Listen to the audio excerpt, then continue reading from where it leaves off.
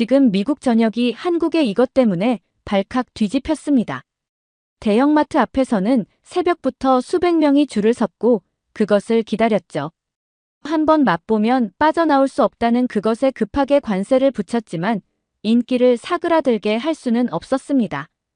불과 1년 전에는 한국에서만 먹던 이것이 어떻게 하루아침에 미국을 사로잡게 된 걸까요?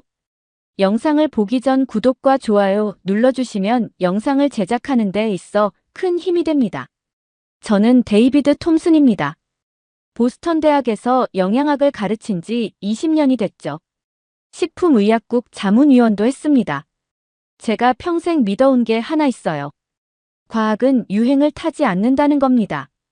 2023년 11월 어느 토요일 아침이었습니다. 부엌에서 아들 제이크 목소리가 들렸어요. 12살짜리가 냉장고 문을 쾅쾅 닫더니 소리쳤죠. 아빠, 김 없어요. 이거 없으면 학교 못 가요. 라고 말했습니다. 저는 신문 보다 말고 고개를 들었어요. 김이요? 그 검은 종이 같은 거 말이야. 그냥 감자칩 먹으면 안 되니? 라고 물었습니다. 제이크가 인상을 찌푸렸어요. 아빠는 몰라요. 완전 다르다고요. 라고 소리쳤죠. 저는 이해가 안 갔습니다. 김이 뭐라고 그러나 싶었어요. 해초 말린 거 아닙니까? 그것도 아시아에서 먹는 거고요. 미국 애들이 그걸 왜 찾는지 이상했습니다. 그때 텔레비전에서 CNN 뉴스가 나왔어요. 속보 자막이 떴습니다. 트럼프 행정부가 한국산 김에 긴급 관세 35%를 부과했다는 내용이었어요. 미국 김업계 보호가 목적이라고 했습니다. 저는 피식 웃었습니다. 그래, 이제 끝이네. 가격 오르면 아무도 안 사겠지. 유행이란 게 다 그렇잖아요. 아사이베리도 그랬고 퀴노아도 그랬습니다. 한동안 난리치다가 사라지는 거죠. 그런데 이상한 일이 벌어졌습니다. 뉴스 앵커가 말했어요. 관세 부과 이후 오히려 판매량이 3배 급증했다는 겁니다. 저는 귀를 의심했죠. 가격이 올랐는데 더 팔린다고요? 화면에 로스앤젤레스 한인마트 영상이 나왔습니다. 새벽 4시인데 사람들이 줄을 서 있었어요. 200명은 됐습니다. 오픈 2시간 전부터 대기한 거였죠. 다들 손에 긴 박스를 안고 나왔습니다. 뉴욕 트레이더 조 매장도 나왔어요. 김 코너 진열대가 텅 비어 있었습니다. 직원이 미안하다는 팻말을 붙이고 있더라고요.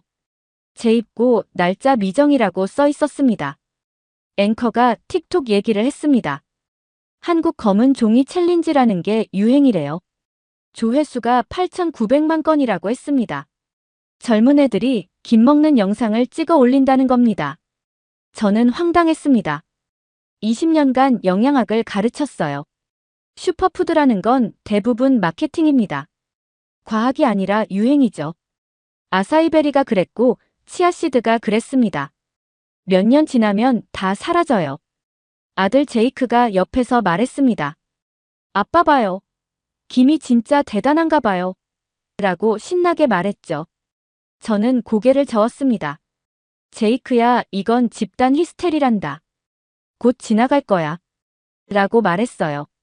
하지만 속으로는 찜찜했습니다. 관세 올랐는데 판매량이 3배라고요? 이건 정상이 아니었어요. 뭔가 제가 모르는 게 있는 건가 싶었습니다. 그날 저녁 동료 교수한테 전화가 왔습니다. 마이클이었어요. 데이비드, 너 김분 봤어? 라고 물었습니다. 저는 대충 봤다고 답했죠. 마이클이 말했습니다. 하버드에서 김 영양 논문 나왔대. 한번 읽어봐. 라고 했어요. 저는 코웃음 쳤습니다. 하버드가 김 연구를 한다고요? 세상 참 웃기네요. 하지만 왠지 그 논문이 궁금했습니다. 다음 날 아침이었습니다. 저는 연구실에 앉아 있었어요. 마이클이 보낸 하버드 논문을 읽고 있었죠. 한국 김의 영양학적 가치 재평가라는 제목이었습니다. 문이 열렸어요. 아들 제이크가 배낭 메고 들어왔습니다. 학교 끝나고 온 거였죠. 아빠, 여기 계셨네요. 라고 말했어요. 저는 고개를 들었습니다. 왜 왔니? 숙제 있잖아. 라고 물었죠. 제이크가 스마트폰을 꺼내 들었습니다. 아빠, 이것 좀 봐요. 라고 하면서 화면을 보여줬어요. 김영양 성분표였습니다. 단백질이 소고기만큼 높대요. 비타민 B12는 2배래요. 라고 말했죠. 저는 피식 웃었습니다. 제이크야, 인터넷에 있다고 다 맞는 건 아니란다. 라고 말했어요. 아들이 인상을 찌푸렸습니다. 그럼 확인해 보세요. 라고 소리쳤죠. 저는 어이가 없었습니다. 12살짜리한테 뭘 확인하라는 거야. 라고 생각했어요. 제이크가 계속 말했습니다. 아빠 맨날 그러잖아요. 의심되면 현장 가라고요. 실험실 가라고요. 라고 따졌습니다. 저는 말문이 막혔어요. 제 말을 그대로 따라 한 거였습니다. 제이크가 덧붙였죠. 그럼 한국 가세요. 직접 확인하러요. 라고 말했습니다. 저는 황당했습니다. 한국을 가라고요? 지금 학기 중이야. 논문 마감도 사흘 남았고. 라고 말했어요. 제이크가 고개를 저었습니다. 그럼 평생 모르는 거네요. 김이 진짜인지 가짜인지. 라고 말하고는 문을 닫고 나갔습니다. 저는 멍하니 앉아 있었어요. 12살 아들한테 논리로 밀린 겁니다. 기분이 묘했죠. 화도 나고 부끄럽기도 했습니다. 그날 밤 잠이 안 왔어요. 아들 말이 자꾸 맴돌았습니다. 직접 확인하러 가세요. 평생 모르는 거네요. 이 말이 귀에 쟁쟁했죠. 새벽 2시였습니다. 저는 일어나서 노트북을 켰어요. 항공권 사이트에 들어갔습니다. 인천행을 검색했죠. 편도 티켓이 떴습니다. 이틀 뒤 출발편이었어요.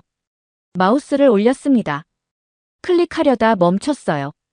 논문 마감이 사흘 남았습니다. 학기 중에 자리를 비우면 어떡하죠? 동료들이 뭐라고 하겠습니까? 하지만 아들 얼굴이 떠올랐습니다. 제이크의 실망한 표정 말이에요. 그리고 20년간 제가 학생들한테 가르친 말도 생각났습니다. 의심하지 말고 확인하라. 실험실로 가라. 현장으로 가라. 저는 클릭했습니다. 결제 버튼을 눌렀어요. 심장이 뛰었습니다. 휴대폰 메모장을 열었죠. 3박 4일 일정. 현장 확인. 아들에게 진실 보여주기. 라고 적었습니다. 속으로 생각했어요. 가서 가짜라는 걸 증명하면 되는 거 아닙니까? 그럼 제이크도 인정할 겁니다. 그렇게 스스로를 설득했죠. 이틀 뒤 인천공항에 도착했습니다.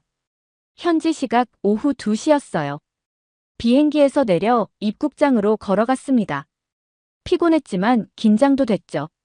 입국 심사를 마치고 나왔습니다. 면세점이 보였어요. 그런데 이상했습니다. 입구부터 김 제품이 산더미처럼 쌓여 있었거든요. 가까이 가봤습니다. 올리브유 김, 트러플 김, 와사비 김이 있었어요. 마늘 김, 고추장 김, 심지어 초콜릿 김까지 있었습니다. 20종류는 넘어 보였죠. 저는 놀랐습니다. 이 정도면 단순 스낵이 아니잖아요. 완전히 산업이네. 라고 혼잣말을 했어요. 직원이 웃으면서 다가왔습니다. 선물용으로 많이 사가세요. 라고 말했죠. 저는 물었습니다. 이게 다 팔려요? 라고 했더니 직원이 고개를 끄덕였어요. 매일 동나요. 특히 외국인들이 더 많이 사가요. 라고 대답했습니다. 공항 밖으로 나왔습니다. 택시를 타고 호텔로 갔어요. 중간에 편의점을 봤습니다. 택시를 세워달라고 했죠. 잠깐 들어가 보고 싶었거든요. 편의점에 들어갔습니다. 김 코너가 따로 있었어요. 한 칸 전체가 김이었습니다. 재래김, 돌김, 파래김이 있었죠. 조미김도 종류가 10가지는 넘었습니다. 하나 집어들었습니다. 재래김이라고 써 있었어요. 뒷면 성분표를 봤습니다. 단백질 100g당 41.8g이었습니다. 식이섬유는 39g이었고요. 칼로리는 190이었습니다. 저는 숨이 멎는 줄 알았어요. 이 수치가 진짜라고요? 소고기가 26g인데 김이 42이라고요? 믿기지 않았습니다. 계산대로 가서 샀습니다. 호텔에 체크인했어요. 짐도 안 풀고 김부터 뜯었습니다. 검은 종이 한 장을 꺼냈죠. 빛에 비춰봤습니다. 얇았지만 윤기가 났어요. 입에 넣었습니다. 바삭했습니다.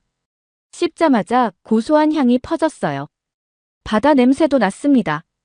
감칠맛이 입안에 돌았죠. 저는 놀랐습니다. 생각보다 훨씬 괜찮았거든요. 아니, 괜찮은 정도가 아니었습니다. 맛있었어요. 한 장 더 먹었습니다. 그리고 또 한 장 먹었죠. 저녁 시간이 됐습니다. 호텔 근처를 걸어봤어요. 김밥집이 보였습니다. 들어가 봤죠. 손님이 가득했습니다. 주문하는 사람들 목소리가 들렸어요. 참치김밥 2줄이요. 치즈김밥 하나요. 라고 외쳤습니다. 주방에서 할머니가 김밥을 말고 있었어요. 속도가 엄청 빨랐습니다. 1분에 2줄을 써는 거였죠.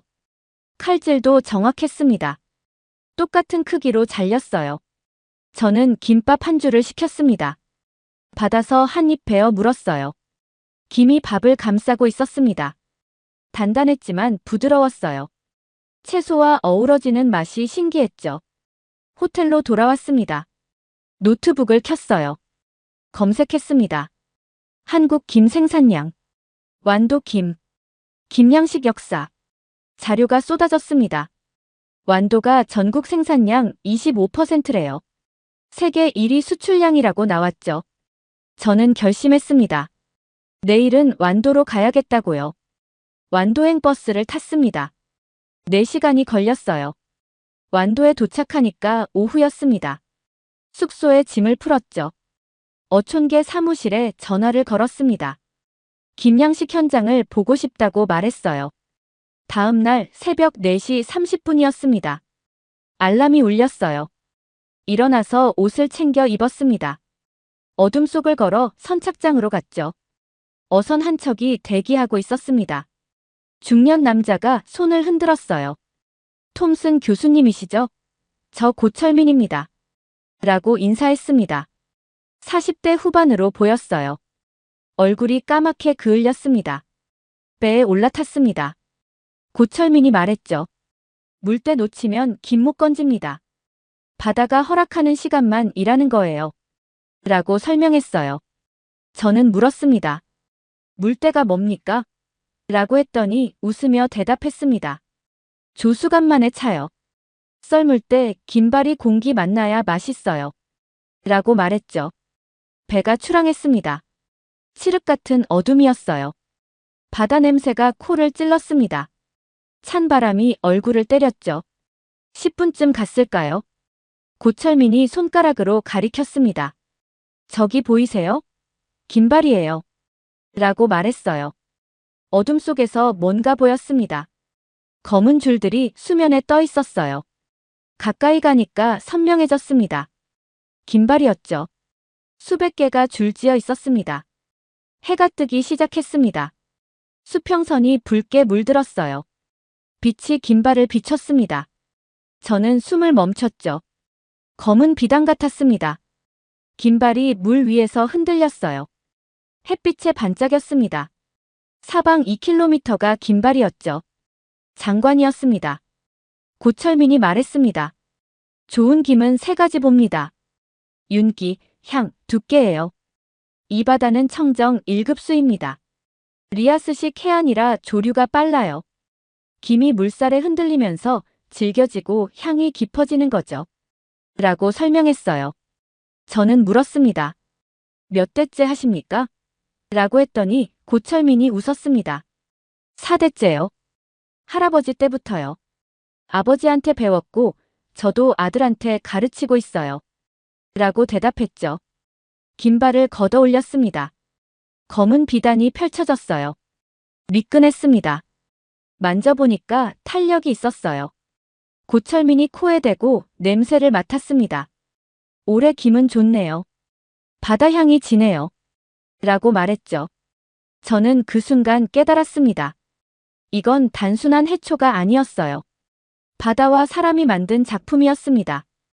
완도 김가공 공장에 도착했습니다. 오전 9시였어요. 고철민이 안내해줬습니다. 여기서 김을 만듭니다. 한번 보시죠. 라고 말했죠. 공장 안으로 들어갔습니다. 기계들이 돌아가고 있었어요. 바다에서 온 김이 컨베이어 벨트 위를 지나갔습니다.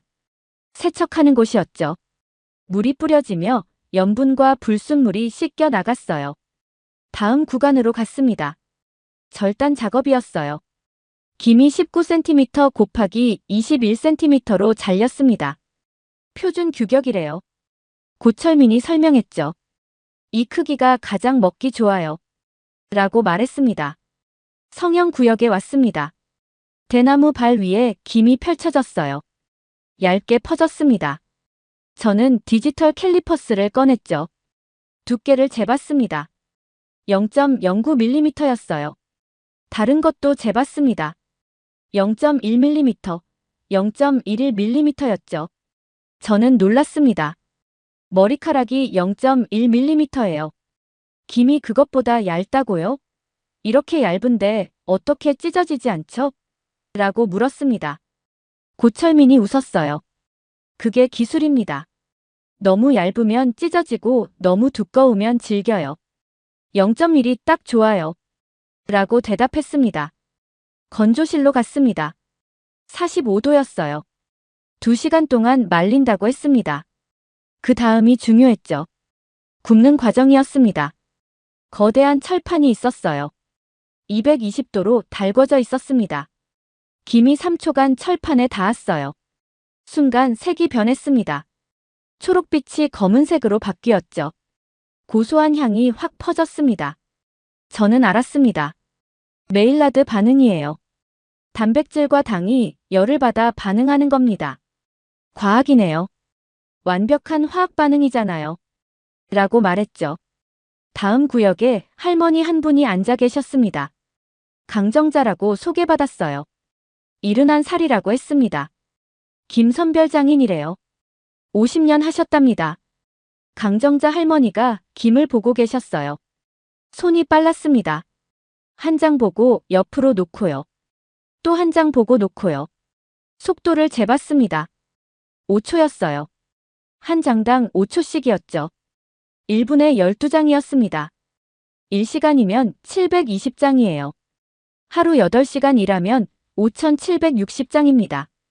엄청난 양이었죠. 저는 물었습니다. 할머니 어떻게 그렇게 빨리 보세요? 라고 했더니 웃으셨어요. 50년 했으니까요. 손이 기억해요. 라고 대답하셨습니다. 옆에서 지켜봤습니다. 구멍난 김을 골라냈어요. 색이 고르지 않은 것도 빼냈습니다. 두께가 다른 것도 제외했죠. 5초 만에 전부 판단하는 겁니다. 공장장이 다가왔습니다. 기계도 있어요. 근데 할머니만 못해요. 라고 말했죠. 저는 물었습니다. 왜요? 라고 했더니 대답했습니다. 기계는 보이는 결함만 골라요. 할머니는 보이지 않는 것도 알아요. 라고 설명했습니다. 저는 이해했습니다. 50년 경험이 데이터베이스인 거죠. 기계가 못 따라올 인간의 감각이었습니다. 완도 해양바이오센터에 왔습니다. 오후 2시였어요. 연구원이 안내해줬습니다. 박준영 박사를 만났죠. 해양생명공학 전공이래요. 김 연구를 15년 했답니다. 실험실로 들어갔습니다. 현미경과 분석 장비들이 있었어요. 박 박사가 말했습니다. 톰슨 교수님 하버드 논문 읽고 오셨죠? 라고 물었습니다. 저는 고개를 끄덕였어요. 박 박사가 웃었습니다. 그 논문 틀린 게 3군데 있어요. 라고 말했죠. 저는 놀랐습니다. 네. 하버드 논문이요? 라고 되물었습니다. 모니터를 켰습니다. 분석표가 떴어요. 박 박사가 설명했습니다. 단백질은 100g당 41.8g입니다. 소고기가 26g이니까 1.6배죠. 비타민 B12는 하루 권장량의 216%예요. 식이섬유는 39g입니다. 현미의 11배고요. 라고 말했습니다. 저는 숨이 막혔습니다. 칼로리는요? 라고 물었더니 대답했어요. 190입니다. 감자칩이 540이니까 3분의 1이죠. 라고 설명했습니다. 더 있었습니다. 포피란이라는 다당류가 있대요. 항암 효과가 있답니다. 논문이 23편 나왔다고 했어요. 항염 효과도 있고요. 저는 물었습니다. 그럼 슈퍼푸드 맞잖아요. 왜 3개가 몰랐습니까? 라고 했죠. 박 박사가 웃었습니다. 마케팅 안 했으니까요. 우린 먹기만 했죠. 수출은 최근 10년이에요. 라고 대답했습니다. 김박물관으로 이동했습니다. 역사 자료들이 있었어요. 조선시대 문헌이 보였습니다. 경상도 지리지였어요. 김은 왕실 진상품이라고 적혀 있었죠. 광해군 시절 얘기도 있었습니다. 김여익이라는 사람이 우연히 양식을 발견했대요. 600년대 얘기였습니다. 그때부터 김을 키웠다고 하더라고요. 일제강점기 자료도 있었습니다. 일본이 기술을 가져갔대요. 해방 후 한국이 다시 배웠답니다. 역수입한 거죠. 70년대에 조미김이 나왔어요. 기름이랑 소금을 발랐답니다. 그게 혁명이었대요. 스낵이 된 겁니다. 박 박사가 말했습니다. 2000년대 들어서 일본 김 생산이 줄었어요. 환경이 변했거든요. 수온이 올라가고 바다가 오염됐죠. 이제는 한국산을 수입해요. 라고 설명했습니다. 저는 놀랐습니다. 일본이 한국 김을 수입한다고요? 기술 가져간 나라가요? 라고 물었죠. 박 박사가 고개를 끄덕였습니다. 2023년에 2,800톤 수입했어요. 완전히 역전됐죠. 라고 말했습니다. 저는 인정할 수밖에 없었습니다. 제가 틀렸어요. 김은 슈퍼푸드 맞네요. 라고 말했죠. 박 박사가 웃었습니다. 교수님, 슈퍼푸드는 없어요. 꾸준히 먹는 푸드만 있죠. 라고 말했습니다. 3개월이 지났습니다. 2024년 3월이었어요. 로마에 왔습니다. UN 식량농업기구 본부였죠. 지속가능식품 콘퍼런스가 열렸습니다. 저는 발표자로 나섰어요. 완도에서 돌아와 논문을 썼거든요. 해조류의 글로벌 식량 잠재력이라는 제목이었습니다. 3달 밤낮으로 썼죠. 발표를 시작했습니다. 한국 김의 영양가를 설명했어요. 단백질, 비타민, 식이섬유 수치를 보여줬습니다. 청중들이 집중했죠. 그때였습니다. 뒷자리에서 손이 올라갔어요. 일본 사람이었습니다. 나카무라 켄지라고 소개했죠. 도쿄대 해양학과 교수래요. 나카무라가 말했습니다. 톰슨 교수님, 한국 김을 과대평가하시는 것 같습니다. 일본 놀이의 역사가 더 깁니다. 품질도 우수하고요. 라고 따졌습니다.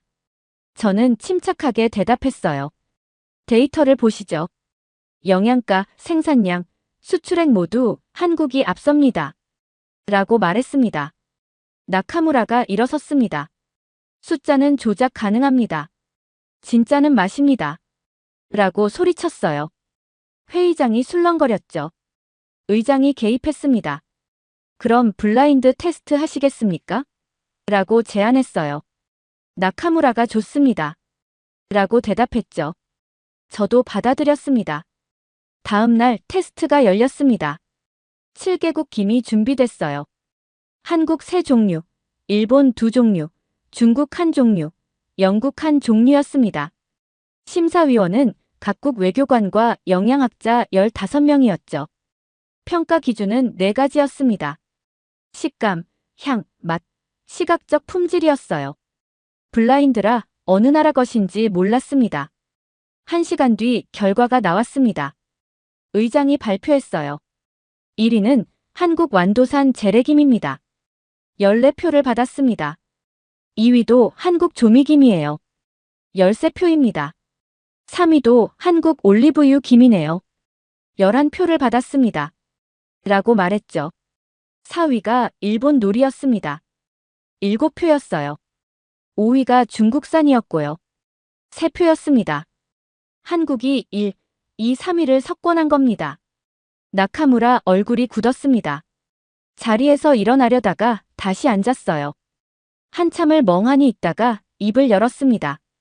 인정합니다. 한국 김이 우수하네요. 라고 말했죠. 저는 다가갔습니다. 교수님, 이건 경쟁이 아닙니다. 해조류가 인류를 먹여 살릴 수 있다는 증명이에요. 한국도 일본도 함께 가야죠. 라고 말했습니다. 박수가 터졌습니다. 사람들이 일어났어요. 나카무라가 손을 내밀었습니다. 같이 연구합시다. 라고 말했죠. 저는 악수했습니다. 6개월이 지났습니다. 2024년 9월이었어요. 완도에 다시 왔습니다. 많은 게 바뀌어 있었죠.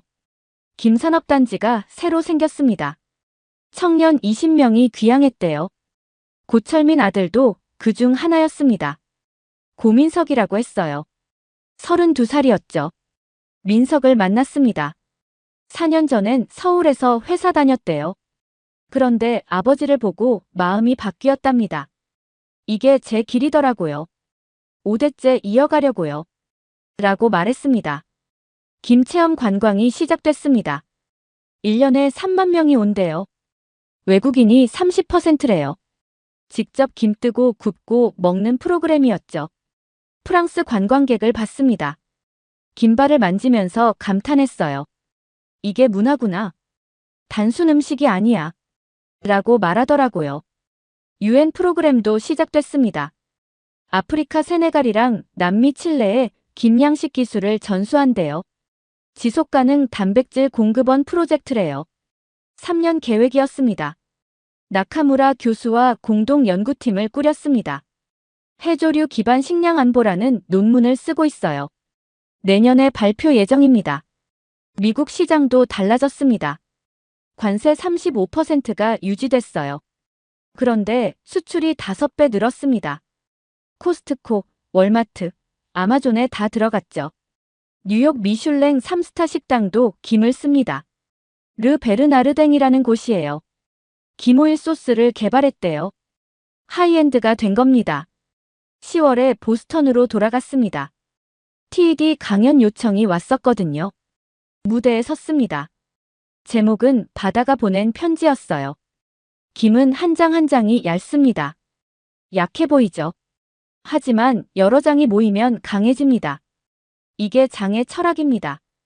1년 전 저는 김을 마케팅이라고 비웃었어요. 하지만 완도 바다에서 배웠죠. 자연과 인간이 만나는 곳에 진짜가 있다는 걸요. 라고 말했습니다. 강연이 끝났습니다. 집에 왔어요. 제이크가 물었습니다. 아빠 김 맞았죠? 라고 말했죠. 저는 웃었습니다. 내가 옳았어. 직접 가봐야 했어.